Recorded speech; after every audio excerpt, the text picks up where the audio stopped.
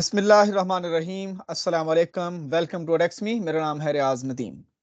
आज हमने देखना है हाउ टू अटेम्प्ट उर्दू ऐसे। आप पीएमएस ओपन कोटा का पेपर उर्दू का अटेम्प्ट कर रहे हैं, उसमें भी ऐसे आता है। पीएमएस मिनिस्टेरियल कोटा में भी उर्दू ऐसे आता है, शॉर्ट ऐसे। अब तहसीलदार का उर्दू का पेपर है तो इसके अंदर भी शॉर्ट ऐसे मौजूद है। इसके अलावा भी कहीं पे उर्दू का जब आप एकेडमिक लेवल पे भी देते हैं तो तरीकाकार यही होता है, बल्कि कंपटीशन एग्जाम के अंदर ये वाला तरीकाकार थोड़ा-सा बेहतर हो जाता है। आम एकेडमिक राइटिंग इतनी क्वालिटी से चेक नहीं होती, जितनी क्वालिटी से कंपटीशन के एग्जाम जो है ना, उनको परखा जाता है। तो आगाज़ करते हैं। अगर आपने चैनल सब्सक्राइब नहीं किया तो काइंडली उसको कर लें और अपने दोस्तों के साथ भी शेयर करें। ये हमारी ही मॉक सीरीज़ का पेपर है जिसके 2 क्वेश्चन थे। माहौलियाती मसला किस तरह से मईशत के लिए खतरा है, कौमी सतह पर ठोस अक़दामात तजवीज़ करें। दूसरा था कोई भी निज़ाम कुफ्र पर चल सकता है मगर जुल्म पर नहीं। ये हज़रत अली करमुल्लाह वजह का कौल है, उसकी ये एक्सप्लेनेशन है। किस तरह से हम इसको एक्सप्लेन करेंगे कि इंसाफ का निज़ाम, आपसे एक्सप्लेनेशन मांगी है इस कॉल पर। इंसाफ का निज़ाम किस तरह से मुकम्मल रियासती ढांचे की असास है। ये 2 मज़मून हैं जी, हमने इनमें से एक को जो है वो तसल्ली से समझना है और स्ट्रक्चर के साथ समझना है कि आपने पेपर के अंदर बैठ के क्या लिखना है। हमारे यहाँ मसला ये है कि इंग्लिश के अंदर या उर्दू के अंदर खातिर खा फ़र्क तो नहीं होता, लेकिन हमारे बच्चे जो हैं वो कन्फ्यूज़ हो जाते हैं कि उधर आउटलाइन है, इधर है या नहीं है, उधर पैराग्राफ कैसे बनना है, इधर कैसे बनना है। देखें, गुफ्तगू का अंदाज़ हमेशा एक ही होता है। ज़ुबान के उसूल और कवानीन हर ज़ुबान के अपने होते हैं, ठीक है? लेकिन गुफ्तगू का अंदाज़ एक ही होता है, उसी तरह से आपने हर पैराग्राफ को टैकल करना है, स्टार्ट किस तरह से करना है, सबूत किस तरह से देने, वो सारी चीज़ें उसी तरह से आएँगी। तो चलें, अगर हम इस पहले को देख लें, इसका उन्वान आएगा, बिलफ़र्ज़ आपके पास ये पेज है।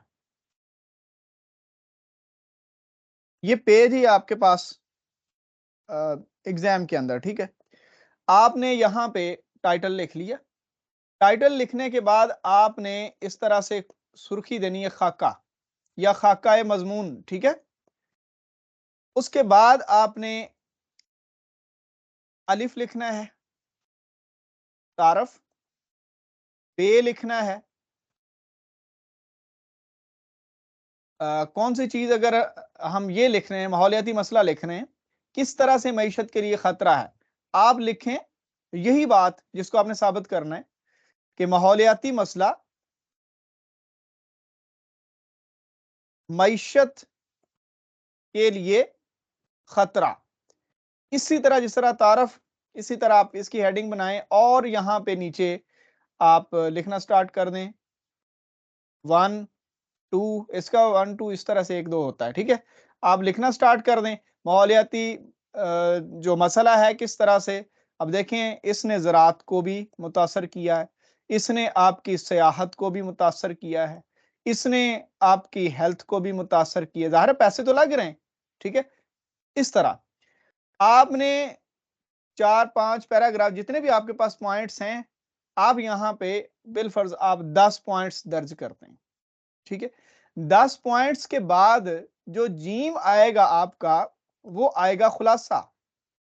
हम अभी क्या कर रहे हैं? खाका मज़मून तैयार कर रहे हैं, खाका मज़मून, ठीक है? इस तरह से आपका खाका बन जाएगा। उसके बाद आपने जब मज़मून तैयार, आपका ये खाका तैयार हो गया, तो यहाँ से आपने मज़मून सेट करना होता है। आपने मज़मून का आगाज़ करने से पहले फिर अगला पेज बिलफ़र्ज़ आ जाता है, इसको मैं साफ़ कर देता हूँ। अगला पेज बिलफ़र्ज़ आ जाता है, ये बिलफ़र्ज़ नेक्स्ट पेज है। आपने पिछले पेज पे खाका लिख लिया है, नेक्स्ट पेज पे आपने क्या करना, यहाँ आपने उन्वान दोबारा लिखना है। उन्वान मतलब वही जो माहौलियाती तब्दीली जो आप कह रहे हैं, वो आपने लिख लिया। इंटेंडेड पैराग्राफ स्टार्ट करना है। इंटेंडेड पैराग्राफ क्या होता है? पहले पैराग्राफ की जो पहली लाइन होती है ना, उसमें स्टार्ट में आप 4-5 हरूफ की जगह छोड़ देते हैं, ये वाली जगह, इसको हम इंटेंडेड पैराग्राफ कहते हैं। आपने पैराग्राफ लिखा, ठीक है? पैराग्राफ यहाँ पे जैसे ही खत्म हुआ, अब एक लाइन छोड़ दें, अगला फिर पैराग्राफ। जितने आपने नुकात लिखे हैं ना, ये वाले जो नुकात आपने नफ्से मजमून में जो कुछ लिखा, यानी ज़राअत किस तरह से मुतासर हो रही है, मईशत किस तरह से मुतासर हो रही है ज़राअत की वजह से, वो भी आपने उसके अंदर साबित करना होता है। पैराग्राफ के अंदर आपने डाटा देना होता है, रिपोर्ट्स देनी होती हैं, इसमें आपने अक़वाल या कोटेशन लिखनी होती हैं। ये सारी चीज़ें आपने फिगर्स जिनको हम डिजिट्स कहते हैं, वो भी आपने यहाँ पे देना होता है। ये सारी चीज़ें आपके पैराग्राफ को बेहतर करती हैं और फिर पैराग्राफ के आखिर पर आपने अपना ओपिनियन देना होता है, यानी राय देनी होती है कि ये बात जो मैंने की है कि ज़राअत मुतासर हो रही है, तो माहौलियाती तब्दीली की वजह से ज़राअत मुतासर हो रही है, ये भी मईशत को खतरा है। सियाहत मुतासर हो रही है माहौलियाती तब्दीली की वजह से, ये भी मईशत को खतरा है। हेल्थ मुतासर हो रही है, इसके ऊपर भी बहुत ज़्यादा पैसे लगते हैं, ज़ाहिर है हेल्थ सेक्टर में। इसके अलावा आप जो-जो कुछ बताना चाहते हैं, जो-जो कुछ साबित करना चाहते हैं, वो आपने कहीं न कहीं से रीड करना है ना। जब आपने कहीं न कहीं से रीड करना है, तो वो आपके पैराग्राफ के अंदर आएगा, ठीक है? और अगर आपने बुनियादी तौर पे ये तो आज मैं एग्जाम के अंदर बैठकर जिस तरह लिखा जाता है, उसको थोड़ा-सा चूँकि बच्चे इसको मिक्स कर रहे थे कि खाका क्या होता है, आउटलाइन क्या होती है, उधर आउटलाइन है या नहीं। ये खाका जो है ना खाका, ये वाला, ये आउटलाइन ही है। आपने नुकात में से 1, 2, 3 लिखने हैं जिस तरह मैंने आपको इससे पहले बताया है। तो ये खाका को आउटलाइन कहते हैं इंग्लिश के अंदर, यही चीज़ है। ठीक है? अगर आपने बुनियादी तौर पे उर्दू एसे को समझना है, ये तो हम लिखने की बात कर रहे थे। बुनियादी तौर पे अगर आपने समझना है तो डिस्क्रिप्शन के अंदर 2 लेक्चर्स हैं एसे के ऊपर, उर्दू एसे के ऊपर। एक है बुनियादी गाइडलाइन जो होती है, रहनुमाई है।